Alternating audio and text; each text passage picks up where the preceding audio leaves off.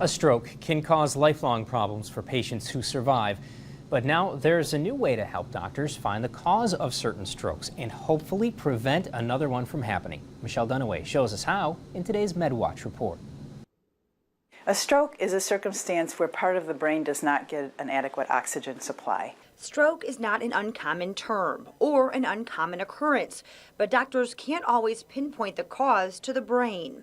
A cryptogenic stroke is a stroke that occurs and we don't have a reason or something that is of high suspicion that led to the stroke. While catching a stroke early and treating the patient is the first priority, learning what may have caused it is also high on the list. If the neurology team does not find another reason for a stroke, then it can be termed a cryptogenic stroke. At that point, the cardiology services that work within the hospital are contacted and they can arrange for an implantable cardiac monitor to be placed in the patient for monitoring for atrial fibrillation as a possible link to their stroke. Atrial fibrillation is basically an abnormal heart rhythm. When a person is in the hospital after a stroke for 2 or 3 or 4 days, we don't always find that abnormal heart rhythm, but we now know from some really good research that if we track a person's heartbeat long enough for several months, we often can pick that up. And if we can pick that up, then there's treatment for that to hopefully prevent another stroke from happening. The implantation is simple, takes just 10 minutes, and most people don't even notice it's there.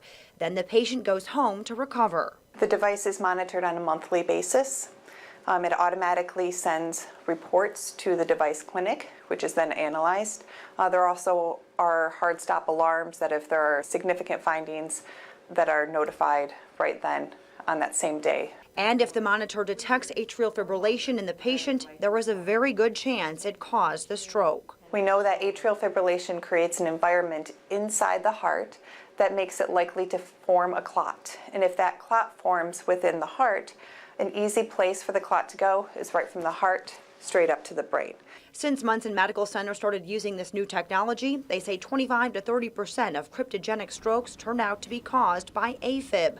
Doctors turn to blood thinners to greatly reduce the chances of those patients having another stroke. 30% of these people who previously we couldn't really offer anything specific for now have a direct treatment or a direct potential treatment if we find the abnormal heart rhythm. So it's really very exciting, and I think it offers a great deal of hope for people to prevent a second stroke from happening. For MedWatch, I'm Michelle Dunaway.